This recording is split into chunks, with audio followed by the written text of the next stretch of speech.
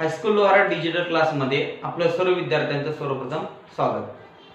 विद्यार्थी मित्रांनो, पाठीमागच्या व्हिडिओमध्ये आपण मूलद्रव्यांच्या वर्गीकरणाविषयी अभ्यास केला होता.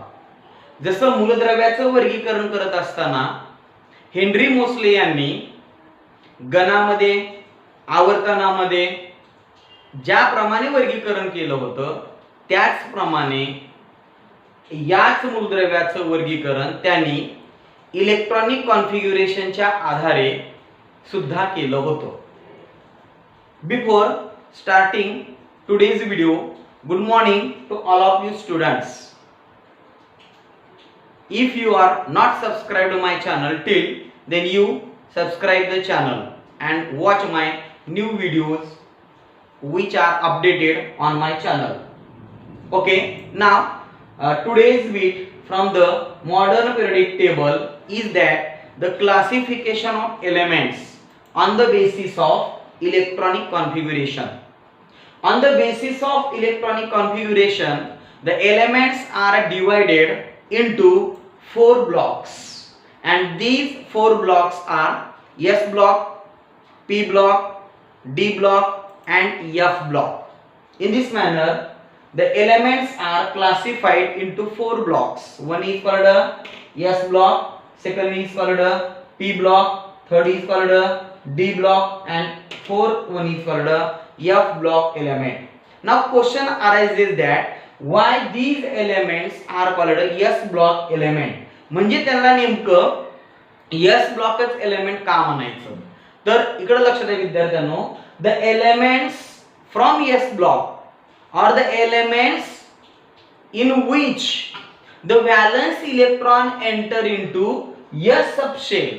They are called a S block element. I am repeating again, the elements whose valence electron enter into S subshell, that is called a S block element. आता S subshell काय असते वगैरे वगैरे आपण ते पुन्हा बघूयात ना. After that, P block element, the elements in which the valence electron enter into P subshell is called a P block element. Similarly, the elements whose valence electron enter into D subshell, they are called a D block element. And the elements whose valence electron enter into D subshell, that is F subshell, that is called a F block element. मग आपल्याला पहिल्यांदा हे समजून घ्यावं लागेल की sir S subshell काय असते, ही P subshell काय आहे, what is this D subshell and what is that F subshell. Before to study these blocks, we have to understand the presence of shell and subshell. आपण पूर्वीपासून एक गोष्ट शिकत आलेलो आहे की आपल्याला फक्त मुख्य 4 ऑर्बिटल्स माहित आहेत ज्याच्यामध्ये इलेक्ट्रॉन्स हे भरले जातात. त्याला आपण K, L, M, N अशा ऑर्बिटल्स म्हणतो. मग त्याप्रमाणे एकूण 7 मेन ऑर्बिटल्स आहेत. आपल्याला इतके दिवस फक्त 4 ऑर्बिटल्स आपण शिकत होतो किंवा आपल्याला अभ्यासक्रमामध्ये होतं, पण वास्तवामध्ये जर आपण बघितलो तर हायर स्टडी केलो की जी या वर्षी करायचे, तर इकडे लक्ष द्या विद्यार्थ्यांनो, एकूण आपल्याकडे 7 ऑर्बिटल्स आहेत. Okay, there are 7 main orbitals and which are called first orbital, second orbital, third orbit, fourth orbit, fifth orbit, sixth orbit and seventh orbit. In this manner there are 7 main orbitals. Okay, मग आता प्रत्येक orbital मध्ये असणाऱ्या इलेक्ट्रॉनची संख्या ही निश्चित असते. ती कमी येऊ शकते पण त्याच्यापेक्षा जास्त असू शकणार नाही. Means the maximum number of electron present in particular orbitals can be calculated, and that can be calculated by using a formula. आता पहिल्या ऑर्बिट मध्ये किती इलेक्ट्रॉन असणार, पहिली मेन ऑर्बिट ते आपल्याला, किंवा दुसऱ्यात किती असणार, तिसऱ्यात किती असणार, हे आपल्याला एका सूत्राने काढता येतं आणि ते सूत्र आहे 2n². आता तुम्हाला प्रश्न पडतो सर 2n² मीन्स व्हॉट, तर इथे मी लिहिलेलं आहे n means orbital number. Okay, आता समजा माझी पहिली ऑर्बिट आहे तर त्यामध्ये किती इलेक्ट्रॉन असणार, सूत्र काय आहे, what is the formula, 2n². n is equal to first 2 into 1 square. 1 square is 1. 1 into 2, it's a 2. Means in first orbit, 2 electrons are present. In second orbit, how many electrons will be present? 2n square. 2 as it is into n becomes 2. 2 square 4. 4 into 2. 4 to the 8. In this manner, in the second orbit, 8 electrons are present. In third orbit, what happened? 3 square 9. 9 into 2, 18. What is about fourth orbit? 4 square 16. 16 into 2, 32. What is about fifth orbit? 5 square, it is 25. 25 into 2, 25 to the 50. What about sixth orbit? 2 into 6 square. 6 square is 36. 36 into 2, it is 72. And in the seventh orbit, there is a 7 square 49. 49 into 2 means it becomes a 98. In this manner, the number of electron or maximum electron are in first orbit there are 2. In second orbit there are 8. In third orbit there is 18. In fourth orbit there are 32 elements. Electrons, not elements. In fifth there are 50 electrons. In sixth orbit there is a 42 electrons, and in the seventh orbit there is a 98 electrons are present. मग जशा आपल्याला ह्या main orbital असतात तशाच पद्धतीने आपल्याला आणखीन sub orbitals पण असतात. आता तुम्हाला असा प्रश्न पडेल, सर हे सब ऑर्बिट म्हणजे काय आणि मेन ऑर्बिट म्हणजे काय? मेन ऑर्बिटल्स म्हणजे प्रिन्सिपल ऑर्बिटल्स झाल्या की जे मुख्य असतात, आणि सब ऑर्बिट म्हणजे त्या मेन ऑर्बिट मध्ये पुन्हा सब ऑर्बिटल्स येतात. एक सोपं उदाहरण सांगतो तुम्हाला मी. घर. आता आपण जर आपलं घर म्हटलं, चार भिंती म्हणजे घर, अखंड एक खोली असली तरी ते आपलं घरच झालं. पण आता आपण आपल्या इकॉनॉमी म्हणजे पैशाच्या हिशोबानं आपण त्याचं वेगळं बायफर्गेशन सुद्धा करू शकतो. म्हणजे कसं, आता उदाहरणार्थ सांगायचं म्हणजे एखाद्याकडं पैसा आहे तर तो काय करेल, हॉल एक असेल, किचन असेल, बाथरूम असेल, टॉयलेट असेल आणि बेडरूम्स असतील. म्हणजे हे झाले त्याच्यामधल्या सब ऑर्बिटल्स. किचन ही एक सब ऑर्बिटल, ओके. त्यानंतर हॉल एक सब ऑर्बिटल, बेडरूम एक सब ऑर्बिटल. तशा पद्धतीनं या ज्या तुमच्या मेन ऑर्बिटल्स असतात की ज्याला आपण प्रिन्सिपल ऑर्बिटल्स असं म्हणतो, याच्यामध्ये सुद्धा सब ऑर्बिट्स असतात. आता माझा प्रश्न असा आहे की सगळ्यालाच या पद्धतीनं बांधता येईल का? आपण ते पुढे बघूयात. मग पहिल्यांदा आपण बघूयात what are the sub orbitals and how many they are present. Look at sub orbitals. There are 4 sub orbital. First sub orbit is S, second sub orbit is P, third is D and fourth is F. आता जसे इथं maximum इलेक्ट्रॉनची capacity आहे तसे इथं पण काय आहे, पर्टिक्युलर कॅपॅसिटी आहे. ती आपण बघूया. Maximum number of electron. तर लक्षात घ्या, S मध्ये, S या सब ऑर्बिटल मध्ये फक्त 2च इलेक्ट्रॉन्स बसू शकतात. P मध्ये 6 इलेक्ट्रॉन बसू शकतात सब ऑर्बिटल मध्ये. D मध्ये, D या सब ऑर्बिट मध्ये 10 बसू शकतात आणि F याच्यामध्ये 14 बसू शकतात. ओके. आता इथं नीट बघा थोडस. 2 अधिक 4 म्हणजे 6 झाले, म्हणजे 4 4 न वाढत गेले, म्हणजे 4 न वाढत जाते. ओके. म्हणजे पहिल्या सब ऑर्बिट मध्ये 2 बसतात. दुसऱ्या सब ऑर्बिट म्हणजे P मध्ये 2 अधिक 4 म्हणजे 6 बसतात. पुन्हा तिसऱ्या सब ऑर्बिट मध्ये 10 बसतात आणि F या सब ऑर्बिट मध्ये 14 बसत असतात. ठीक आहे. मग आता आपण पुढच्या भागाकडे वळूयात. मग माझा प्रश्न असा आहे, सर मग सगळ्याच या मेन ऑर्बिटल्स मध्ये एवढ्या सब ऑर्बिटल्स असतात का? म्हणजे पहिल्या मेन ऑर्बिट मध्ये S पण असणार का सब ऑर्बिट, P पण असणार का, D पण असणार का, F का असणार? बरोबर आहे. तर याच्यासाठी मी तुम्हाला सोपं उदाहरण देतो आपल्या डेली लाईफ मधलं. बघा, समजा एखादा व्यक्ती, ठीक आहे, तो मजूर आहे, तो काय असं जास्त पैसे कमवू शकणार नाही. समजा त्याला घर बांधायचं आहे, तर तो काय करेल, घर बांधत असताना मी मगा म्हणल्याप्रमाणे या सगळ्या गोष्टी तो करू शकेलच असं नाही, कारण कशाचा विषय असतो, पैशाचा. मग आता एखाद्याकडं पैसा जर नसेल तर तो काय करेल, जास्तीत जास्त एक मोठा हॉल बांधेल, त्याच्यामध्ये एखादा छोटंसं पार्टिशन टाकेल आणि पाठीमागं किचन आणि पुढं हॉल टाईप करेल, बरोबर आहे की नाही? मग ते किचन मध्ये किचन वाटा असेल पण आणि नसेल पण, फक्त स्वयंपाक केला जातो म्हणून त्याला किचन म्हणायचं, बरोबर आहे की नाही? म्हणजे सगळं कशावर अवलंबून आहे? हे पैशावर. आता समजा एखादा नोकरदार आहे किंवा ते चांगले पैसे कमवतो, शेतकरी आहे चांगले पैसे कमवतो, एखादा व्यापारी आहे चांगले पैसे कमवतो, तर त्याच्या बाबतीत काय होईल? मग तो काय करेल? बांधत असताना हॉल सेपरेट बांधेल, किचन सेपरेट बांधेल, त्याच्यामध्ये वट्टाई असेल वगैरे वगैरे सगळ्या गोष्टी फॅसिलिटी असतील. म्हणजे सगळ्या गोष्टी कशावर अवलंबून असतात? पैशावर. तसं या मेन ऑर्बिटल्स मध्ये एवढ्या सब ऑर्बिटल्स येणार का? हे कशावर डिपेंड असतं? त्या ठिकाणच्या इलेक्ट्रॉनच्या संख्येवर डिपेंड असतं. मग आता आपल्याला तेच शिकायचं आहे की मेन ऑर्बिटल्स मध्ये किती सब ऑर्बिटल्स येऊ शकतात. मग त्यामध्ये आपण पहिल्यांदा पहिली मेन ऑर्बिटल्स बघूयात. That is the first orbit. In first orbit how many electrons are present? Only 2. मग इथं होतं बघा, ओनली 2. मग आता समजा मला असं वाटलं की याच्यामध्ये सगळे ऑर्बिटल्स घ्यावे, मग कोणकोणते येतील? पहिल्यांदा एस सब ऑर्बिट येईल, बरोबर आहे की नाही? एस मध्ये किती इलेक्ट्रॉन गेले तुमचे? 2.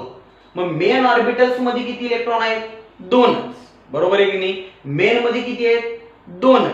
मग सब ऑर्बिटल एस आली तर त्यात किती गेले? 2. म्हणजे इलेक्ट्रॉन संपली की तुमची. म्हणजे फर्स्ट ऑर्बिट मध्ये 2 ची कॅपॅसिटी आहे आणि समजा त्याला कोण आला? हा एस सबशेल आला तर त्यात 2 गेले. मग त्याला वाटलं पी पण असावं, डी पण असावं आणि एफ पण असावं. पण लक्षात घ्या, पी मध्ये 0 बसले, डी मध्ये 0 बसले आणि एफ मध्ये 0. का? कारण 2 बसायला एसच भास होतो. पी ला, डी ला आणि एफ ला चान्सच नाही. तू माझा सर मग असं करा, एस मध्ये 2 बसवण्यापेक्षा पी ची कॅपॅसिटी 6 ची आहे, मग त्यात 2 बसवणार, असं होत नसतं. इकडे लक्ष द्या, आपण इलेक्ट्रॉन फिलअप करत असताना किंवा इलेक्ट्रॉन फिलअप होत असताना ते असतात एनर्जी लेवलवर. आता लक्षात घ्या, पहिल्या ऑर्बिटची एनर्जी लेवल कमी असणार, दुसऱ्याची एनर्जी लेवल जास्त असणार. तसे एस या सबशेलची एनर्जी लेवल ही कमी असते, म्हणून पहिल्यांदा एस मध्ये जाणार, पुन्हा पी मध्ये उरला तर जाणार. समजा हा भरला पुन्हा उरला तर डी मध्ये जाणार आणि उरला तर एफ मध्ये जाणार. म्हणजे थोडक्यामध्ये कसं, मला घर बांधायचं आहे, मग मी फक्त पहिले किचनच बांधणार का? हॉल दिला सोडून फक्त किचनच बांधणार, असं होणार नाही तुमचं. तुमची पहिली रिक्वायरमेंट काय असते? हॉल असते. मग जर पैसा असेल तर तुम्ही किचन बांधा, अथवा प्लेन पण तुम्ही काय करू शकता? स्वयंपाक करू शकता. म्हणजे तसं इथं आहे, एस मध्ये 2 बसले, मग पी मध्ये इलेक्ट्रॉन नाही, डी मध्ये नाही, एफ मध्ये नाही, म्हणजे थोडक्यात याची गरज नाही, हे निघून गेले पाहिजे, बरोबर आहे की नाही? म्हणजे पहिल्या मेन ऑर्बिट मध्ये फक्त किती सब ऑर्बिट येऊ शकतात? एकच येऊ शकते आणि त्यात 2 इलेक्ट्रॉन बसतात आणि ती सबशेल म्हणजे कोणती?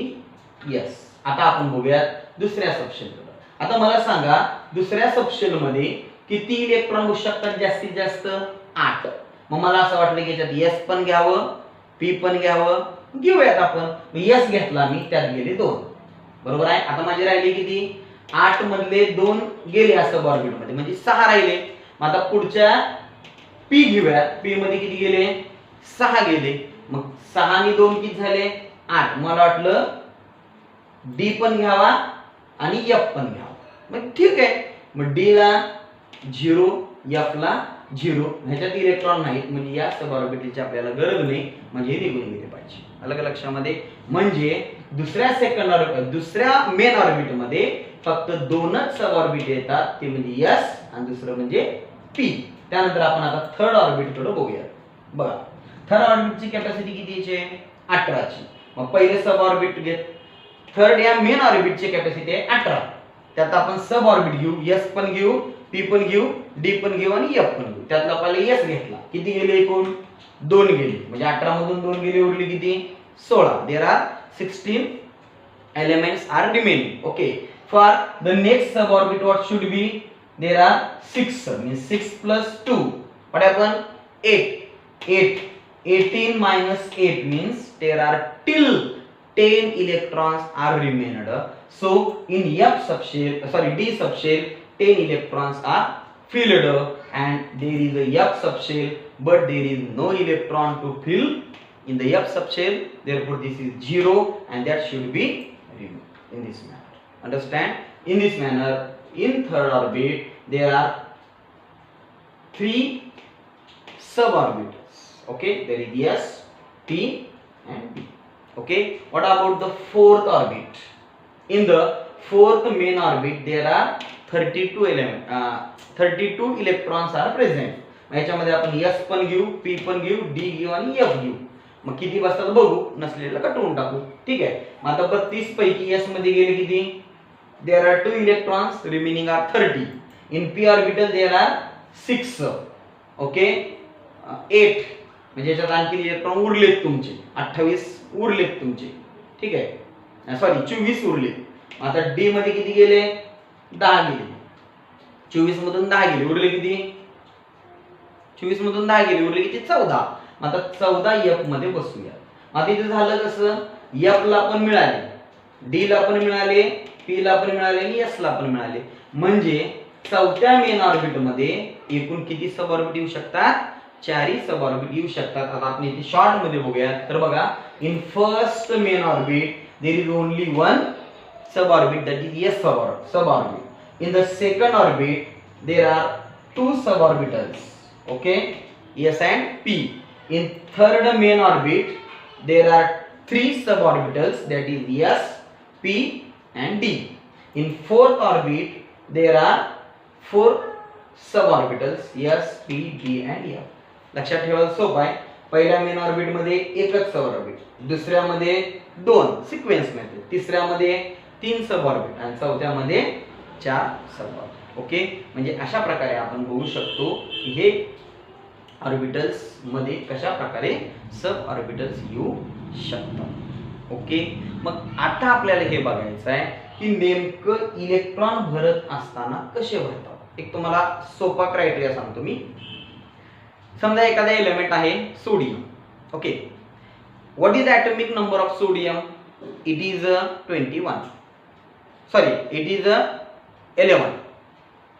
ॲटॉमिक मास नंबर 21 आहे, ॲटॉमिक नंबर 21 आहे, 11 आहे. Okay, according to principle, the number of electrons present in an atom is its atomic number. Means 11 atomic number, element contain 11 electron. What should be its electronic configuration? Out of 11 in first orbit 2 electrons get. Okay, 11 पैकी पहिल्या orbit मध्ये 2 गेले, उरले किती? 9. दुसऱ्या orbit मध्ये किती गेले? त्याची कॅपॅसिटी आहे मग काढली ती आपण 8 ची, बरोबर आहे. 8 गेले, 11 मधले पहिल्या 2 गेले, 9 उरले, पुन्हा 8 गेले, 1 उरला. मग तिसऱ्या ऑर्बिट मध्ये किती येतील? 1 इलेक्ट्रॉन येईल, बरोबर आहे की नाही? मग तसं या सब ऑर्बिटल मध्ये आहे का? सब ऑर्बिट मध्ये इलेक्ट्रॉन भरत असताना एस च्या नंतर पी, पी च्या नंतर असंच येतं का? मग तुम्ही तुमच्या जनरल लॉ प्रमाणे असं म्हणणार की पहिल्यांदा इलेक्ट्रॉन कशामध्ये बसला पाहिजे? 1s मध्ये. 1s का बरं? 1 मीन्स प्रिन्सिपल,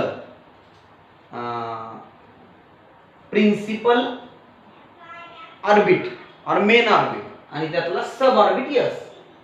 पुढचे तर येणार नाही कारण त्यात सब ऑर्बिट एकच आहे.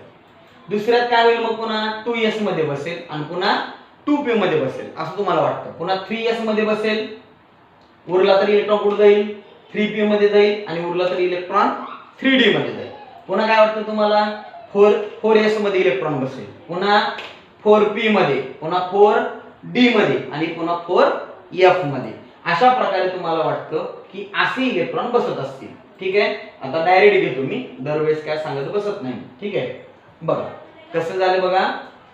पहिलं पुन्हा इथं 2 आले, इथं पुन्हा 3 आले, इथं पुन्हा 4 आले, इथं पुन्हा 4च आहेत. लक्षात ठेवा, हे कसं आलं काय आले तुम्हाला नंतर कळेल. ठीक आहे, इथं पुन्हा कमी झाले, 3 आले, पुन्हा इथं 2 आले, इथं पुन्हा 1 येईल. 8वी सुद्धा ऑर्बिटल्स काही ठिकाणी आलेल्या आहेत, पण मी आपल्या सिलेबसला नाही म्हणून ती इथं घेतलेलं नाही. इथं 8s सुद्धा येऊ शकतं, काही ठिकाणी आहे पण आपण त्याची मेन्शन करायची गरज नाही. तर तुम्हाला असं वाटतं की पहिले इथं जाईल इलेक्ट्रॉन, पुन्हा इथून इथं जाईल, पुन्हा उरला तर इथे येईल, पुन्हा उरला तर इथे येईल, पुन्हा उरला तर इथे येईल, पुन्हा उरला तर इथे येईल, पुन्हा उरलेला इथे जाईल. तर असं नाही, याला थोडासा अपवाद आहे. तर अपवाद कसा आहे बघा, ही सिक्वेन्स जी तुम्हाला मी सांगतो ती नीट लक्षात घ्या. पहिल्यांदा 1s मध्ये जाणार अकॉर्डिंग टू रूल. दुसरा कसा जाणार, म्हणजे 1s भरले की पुन्हा 2s मध्ये जाणार. 2s भरले की पुन्हा कुठे जाणार 2p, आणि 2p भरले की पुन्हा 3s, बरोबर आहे. आणि 3s भरले की पुन्हा 3p, आणि 3p भरले की पुन्हा 4s. इथपर्यंत बरोबर आहे, इथपर्यंत बरोबर आहे. आता नियमाप्रमाणे 3p संपल्यानंतर कुठे जायला पाहिजे होतं 3d ला जायला पाहिजे, कारण 3 वाले आहेत ना सगळे, बरोबर आहे की नाही. म्हणजे इथं काय झालं, पहिलं संपल्यावर दुसरं, दुसरं पूर्ण भरल्यावर तिसरं, तिसरं पूर्ण भरल्यावर चौथ्याला यायला पाहिजे की, पण तसं होत नाही. 3p च्या नंतर 4s मध्ये इलेक्ट्रॉन जातो. असं का, तर याला एक रूल आहे, तो n+l चा रूल. आता ते तुमच्या थोडंसं लक्षात येणार नाही, त्यामुळे मी त्याला डिटेल मध्ये जाणार नाही. फक्त एवढं लक्षात ठेवा, n+l नुसार ज्याचा आकडा जास्त त्याच्यामध्ये इलेक्ट्रॉन कमी, जास्त नाही कमी, त्यामध्ये इलेक्ट्रॉन पहिल्यांदा जाणार. ओके, त्यामुळं याच्यामध्ये डीप मध्ये जाऊ नका, फक्त 3p नंतर 4s येतं. आता पुढे कुठे जाईल, इकडे जाणार 3d, पुन्हा 4p, आणि पुन्हा 5s इलेक्ट्रॉन. झालं का. समजा इथपर्यंत भरलं, मला पुढचे इलेक्ट्रॉन आणखीन मांडायचे, तर काय होईल 4d 5p आणि पुन्हा 6s असा रूल आहे. पुन्हा 4f नंतर उरल्यावर 5d मध्ये जाणार, 6p मध्ये, आणि पुन्हा 7s मध्ये. आता याचं एक्झाम्पल घेऊन सुद्धा मी तुम्हाला ते समजून सांगणार आहे. ओके, आणि हे लास्ट असेल. मग ऑल ओव्हर जर आपण बघितलं तर इलेक्ट्रॉन कशा प्रकारे फिल होतील त्याची ऑर्डर बघूयात आपण या ठिकाणी. तर ती ऑर्डर इथे येते. ओके, आता बघा 1s बरोबर आहे, नो डाऊट. 2s बरोबर आहे, सिक्वेन्स नाही. 2p सिक्वेन्स नाही. 3s सिक्वेन्स नाही. 3p सिक्वेन्स नाही. मग 3p च्या नंतर 3d यायला पाहिजे ना, पण मध्येच कोण घुसलाय 4s, कारण 4s ची ऑल ओव्हर एनर्जी लेवल ही कोणापेक्षा कमी आहे 3d पेक्षा कमी आहे, म्हणून लिहा. ओके, समजलं सगळ्यांना. म्हणजे असे काही नियम असतात इलेक्ट्रॉन भरण्याचे की ज्याच्यामध्ये थोडंसं अनॅमलसपणा आलेला, त्याला आपण असंगतपणा आलेला आहे असं म्हणतो. पण तो असंगतपणा हा अकॉर्डिंग टू प्रिन्सिपलच आहे. ओके, सगळ्यांच्या लक्षात आलं. म्हणजे इलेक्ट्रॉन कशा प्रकारे ऑर्डरली भरत असतात. आता एस ब्लॉक मध्ये लास्ट इलेक्ट्रॉन एस या सबशेल मध्ये कसा येतो याचं उदाहरण आपल्याला नेक्स्ट व्हिडिओ मध्ये पाहायचं आहे. Okay, thank you to all of you students. सर्व विद्यार्थ्यांना मी आभार व्यक्त करतो की आपण 80 सबस्क्राईबचा टप्पा हा पार पडलेला आहे. तुम्ही अद्यापही जर माझ्या या चॅनलला सबस्क्राईब केलं नसेल तर तुम्ही अवश्य सबस्क्राईब करा.